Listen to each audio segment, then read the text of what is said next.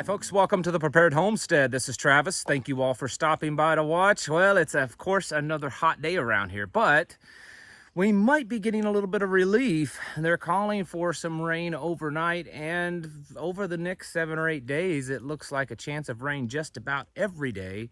And we might even see some highs of only in the 80s, which is a huge deal because we haven't had anything lower than like 90, 92 for 2 months now, and had multiple, many triple-digit plus days, which a lot of you have also been dealing with that. You know, we're not dealing with anything unique here. A lot of you are, but it's possible, at least around here, we might get some relief soon. And boy, do we need it, because everything's struggling. Crops are struggling. Hay, it's struggling to grow any hay. The animals, livestock, they're really struggling. People are struggling because of this, but because of other things too. And it seems interesting to me, and this isn't the topic for today's video specifically, but it's interesting to me that we're dealing with a drought and the heat all just happen to have in the same year that we're also dealing with fuel prices skyrocketing and global food shortages and crop shortages because of wars, and fertilizer shortages and herbicide shortages. And it's interesting that it all happened in the same year that we're having a drought. Maybe it's a coincidence, but I think many of you also agree with me that it's probably not. But we won't go there today. What I want to talk about is, man, it's about farming, and it's about what I believe firmly that this administration and these globalists are wanting us to have, or at least not have, here in the United States, because we're seeing it happen all over the world when it comes to, forcing farmers to reduce the amount of fuel that they use, reduce the amount of fertilizers and herbicides. And there's a good chance that that's going to come here because it's getting a lot closer to home, and we'll get to that here in a minute. I wanted to show you my hat here. This is Sanctified Supply Company. It's got the Shema underneath it. Yeah. You can order these on their website. I don't know what the name of their website is. I can't remember because I'm really horrible at doing this, but it's just, if you get in online and you just search Sanctified Supply Company, you'll find it. Okay. Anyways, there's some really awesome people. They've become very close friends of ours, and if you can, give them spend a little money at their website, you'll be helping yourself and helping them. Anyways, so it's not a surprise to many of you that this administration, along with this World Economic Forum and this Great Reset and all of these agenda plans that are set out for 2030 and 2050 and all that, well, they reduce a lot of things. And they do it all with, we're just trying to help the planet. We're just trying to make it equal playing grounds for everyone. We're trying to bring about this equality, and we're trying to bring about, unity, and we're trying to save the planet and all this kind of stuff. And they don't tell you that, well, their plan isn't to lift the whole world up to a nice equal level of prosperity. They realize that they can't do that. And so their idea is to push everybody down, to a level of absolute poverty and absolute desolation and absolute dependency upon them. And while they may not specifically say that, if you read through their stuff and you watch their videos and you listen to them speak, it doesn't take a genius to figure that out. And we've seen the repercussions, or we've seen what their actual plan is being put into place all over the world, and what's happening. You see that right now, there's multiple places around this world that people and farmers and business owners and truck drivers are protesting. They're protesting, and in some places violent. In some places they have, or very nearly have, overthrown the current governments, or they've attempted to, because they're very upset at all these plans, these reset plans that are being put into place in their country. I mean, one that stands out obvious is Sri Lanka. But it actually was going on before then. It happened in India, it's happened in Kazakhstan, and it's recently happening in places like Panama and South Africa, Ecuador, and all across Europe. Netherlands and Poland and Germany and Italy. It's happening everywhere, just about, where these farmers and truck drivers and other people are getting upset because there's these new regulations being imposed upon them that tell them what they can and can't do. And mostly what they can't do is earn a living. Most of it that they can't do business like the only way they know how to do. And the only way that there really is to do to make it a successful business. And so they're putting the hurt on a lot of these farmers. And so we're seeing some pushback from it. Well, Canada's going to do the same thing. Canada, Fidel Trudeau, I mean, sorry, Justin Trudeau, I'm sorry. It's just, I sometimes my tongue gets twisted and I speak the wrong words. And so that's why that came out. Anyways, Canada's doing the same thing, and they are bringing up new regulations that will reduce the amount of fertilizer that farmers can use on their crops by 30%. 30% reduction. Now, I'm not on here promoting chemicals on our farmland or anything like that, but the fact is that the system that has been built around us is highly dependent upon these things. I mean, this year is a good example of it, especially around here and other places that hay is extremely valuable right now because there's just not a lot of it. Mostly there's not a lot of it because there wasn't enough fertilizer to put down so that the hay would grow to the levels that's needed. And then, of course, on top of that, there's this drought. And so there wasn't a lot of moisture to finish it off either.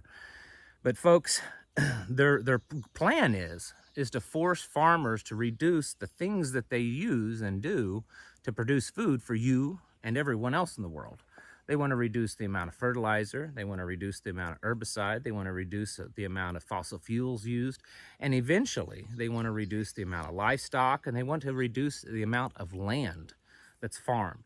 And this isn't a conspiracy theory. This is, you can do your own research. Get out there and do some searching around, and you can find flat out. You just look up the Biden administration's, the White House net zero policy that they put out last year.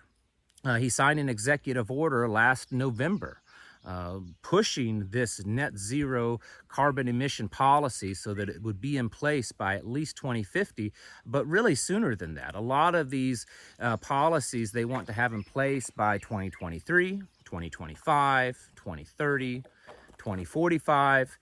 All those years aren't too far away, and some of them start within just the next year or two.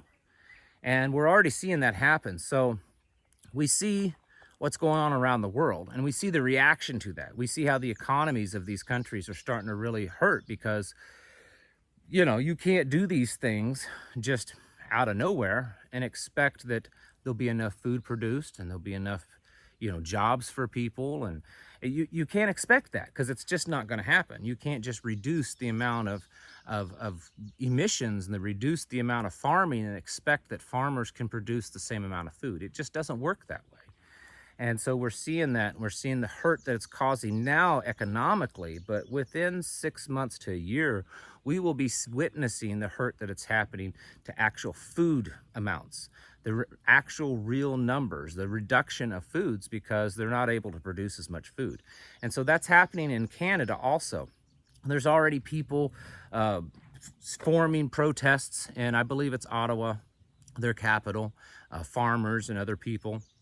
And, you know, that's something to worry. You know, when we see countries like, say, Sri Lanka or South Africa or, you know, Panama or something like that impose some type of, great reset restrictions, we say, well, that really is bad for them. But that doesn't directly affect us. Well, I'm telling you, folks, if farmers in Canada are forced to reduce their amount of fertilizer by 30%, it will absolutely affect us because Canada is the biggest importer of food here in America. We get, of all the food that's imported, you know, the vast majority of it comes from Canada. We get a lot from Canada. It's going to affect crops. It's going to affect grasslands. It's going to affect grains. It's going to affect animals too, because if they can't use a certain amount of fertilizers to produce the feed for the animals, then of course there'll be less feed for the animals. And, you know, as it trickles down, they'll have to have just less livestock. And a lot of you may be asking, is this ever going to happen here? Well, it is happening. It's not happening in the same way. And America is usually a little bit behind these countries. And maybe Biden, because of his age and his senility, isn't pushing it quite as hard as they'd like to see it happen here. If that's so, then we probably won't see him take on a second term. But that's another matter. The fact is that it's happening a little bit slower, but it is happening. There's definitely been some steps to that. Part of Biden's plan is to increase the amount of protected lands in the United States. Protected lands that these are reserves that are, you know, wildlife reserves that aren't allowed to be used pretty much for anything. The plan is to increase that to 30%. Right now, the U.S. government owns about 28% of all the land mass in the United States, but only 12% of that is considered protected lands. So they want to increase their land holdings that is protected up to 30%. Well, where do you think the rest of that land is going to come from? What do you think it is? Well, the vast majority of it's probably going to be farmland, and we're already seeing that, where they're doing more and more of this, paying farmers not to farm. There was an additional, I think, 3 to 4 million acres added just this past year to protected lands, and we're going to see that increase. And the vast majority of that was farmland. We're already seeing executive orders through the EPA to try to reduce the amount of herbicides that's being allowed to be used on crops, and farmers have spoken out and said this will double, if not more than double, crop prices like corn. And then we're also seeing little backhanded ways of doing that, where they come out and they say one thing, but it actually means another. You know, like when they say, "Oh, the economy's doing good," when we all know that it's not. Like when they come out and they say that we have a plan that's going to help farmers, and it's going to release more money to farmers, when in fact a lot of their plans to help farmers financially, it's to only help them if the farms conform to this, you know, green energy, zero carbon emission plan, which is one of the things that they're wanting to do. And so, you know, of course, there's money there. They can take out loans, but the loans will only be available if the farms conform to their, you know, their Great Reset farming plan, basically. This is something that we're going to continue to see, I believe. We're going to continue to see them do things, I firmly believe, even though I may not have a ton of evidence for it, to reduce the amount of farmlands, to reduce the amount of croplands, to reduce the amount of livestock. I said just the other day, we're seeing this big sell-off of cattle right now. And I know a lot of you that's been in the cattle business for years say, well, this happens every so often. You know, every 10 years or so, we go through a big drought.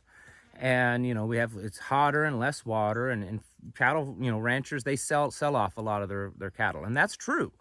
That's true. I'm not denying it. I just have a gut feeling, and it just may be a gut feeling, and I want you to clearly understand I have nothing to back this up other than gut feeling, that this time around, there's probably between now and the time where it's getting better and farmers are going to start re-expanding their size of their herds, something will happen or be put into place that will keep those herds smaller. Maybe I'm wrong, but I wouldn't be surprised. The fact is, folks, is that we are seeing this Great Reset plan and Biden's zero carbon emission and this globalist plan to reduce herd sizes, to reduce crop amounts, to reduce, you know, farmlands. And in the end, it's just going to hurt you. It's going to create dependency. That's what they want. They don't want you to eat, you know, red meat. They don't want you, you know, having hundreds of acres of farmland. They want you eating their bugs and their lab-created human DNA fake meat. And they want you living in their little tiny apartments, driving their little tiny electric vehicles in their big mega cities.